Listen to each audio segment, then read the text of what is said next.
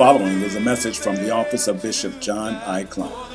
Please stay tuned as Bishop Cline delivers this very important territorial address. And now, here is Bishop Cline. Good evening, fellow citizens of the British Virgin Islands. I greet you in the name of the Anointed One, Jesus. My hope and my prayer for all this new year is that it be one of individual and corporate fruitfulness. May the Spirit of Christ abide with you. I also like to take this opportunity to thank Almighty God for His abundant blessing on our country over the past years. At this time, I address you from the office of the bishop, and being one of the spiritual leaders of this country, I think I can speak for all of us when I say that we love the BVI.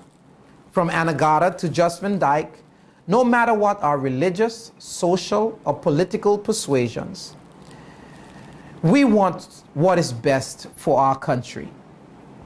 Our country is at a crossroad at this point, and it's going to take strong, visionary leadership, godly leadership, to move us in the direction that we ought to go.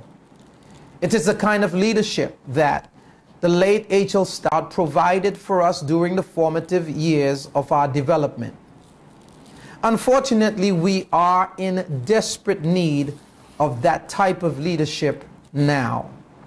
Fellow citizen, know this: the failure or success, the poverty or prosperity, the rise or fall of any country all reflects on leadership. Every country needs the kind of leadership that will unite and not divide. Leadership that will build and not tear down.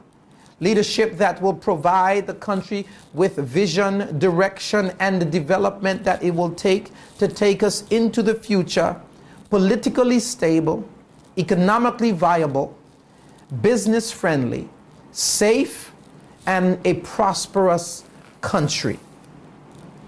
I look around the BVI, and it is clear to see that the BVI is in a state of stagnation, almost backwards in our development. Our environment is in serious peril. Our beaches have become polluted by runoffs from floods and heavy rain. Our picturesque blue waters are contaminated and turning brown with every heavy shower of rain that we receive. I only have to look out of my window over King Garden Bay Beach, and I am burdened with the image of King Garden Bay Beach after heavy rainfall. It appears that we have no leadership in place that can correct this problem. White sandy beaches are all over the territory are becoming unsightly brown swamps with no response from leadership. As a matter of fact, they seem that they have turned a blind eye to this. Our coral reefs are dying. Up to 40% of our coral reefs have already died, and our ponds are being filled in, and it is destroying our mangroves. Our air quality in our main towns, East End, West End, and especially the nation capital, is affected by the smell of sewage, and it is dusty and dirty from unswept and unkept roads and sidewalks. Our infrastructure is in dire need of repair. They are seriously deficient and in urgent need of attention and upgrade. Our roads, drainage, ports of entry, our sewage system are no longer capable of facilitating the load they have to carry daily. Millions of our tax dollars are being spent yearly, ladies and gentlemen, and yet we still have no finish, and in some cases, no proper facilities to train our athletes, to preserve our culture, to encourage the performing arts, and other areas of youth development. The little focus we place on the youth is on education, and even our education system is in need of serious attention and investment from the funds in our treasury. We are graduating BVI landers from our schools that are being rejected by the private sector because they cannot read and write effectively. Our healthcare system, ladies and gentlemen, is deficient. Our clinics, and oh, not to mention our infamous hospital, still cannot be completed to this day. Where in the world does it take 8 years to build a single hospital? The economy of the BVI is not expanding to provide jobs for high school and college graduates that we are spending so much money to educate. Crime, especially armed robbery, is on the rise. Our police are not prepared to respond or to solve crime, and neither do they have the equipment necessary, the training necessary, or the tools to do so. Our prisons are overcrowded with young men between the ages of 18 and 40. Where in the modern world, I ask you, do you see so many fundamental issues necessary for the survival of a people being ignored?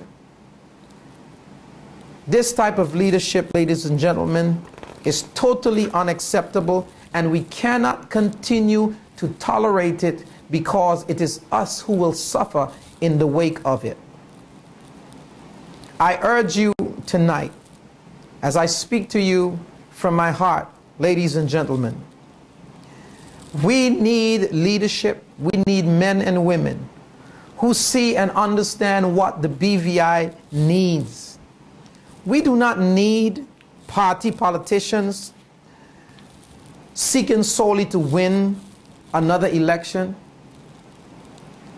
Our leaders today seem more concerned with party politics than the needs of our country.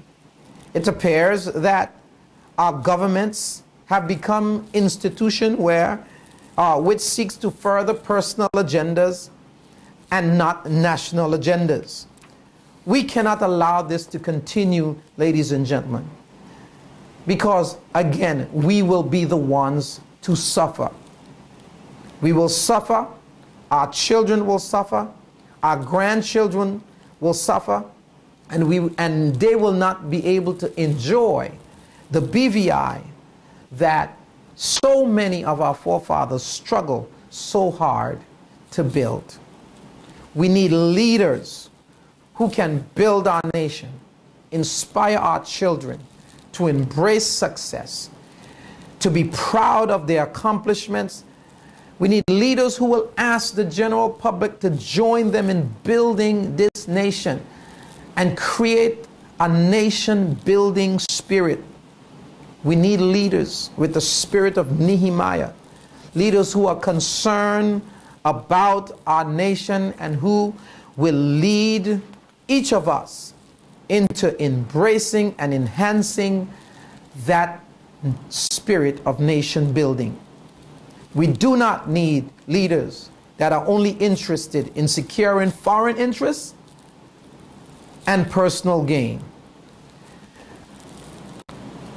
May I suggest we need to go back to the spirit of community, common unity, where we had a spirit of common unity. That is what community means. Where we looked out for each other. We looked out for our children. We shared joyfully with each other. We helped each other in the spirit of being a neighbor. Would you be my neighbor? And the word neighborhood meant something. It had meaning then. Let us put away envy and jealousy and backbiting. Let us put away this crab in a barrel mentality and live by the principles that together we stand, but divided we will fall. Whether we admit it or not, there is no fallacy to this old adage. It is true, ladies and gentlemen, that together we stand, but divided we will fall.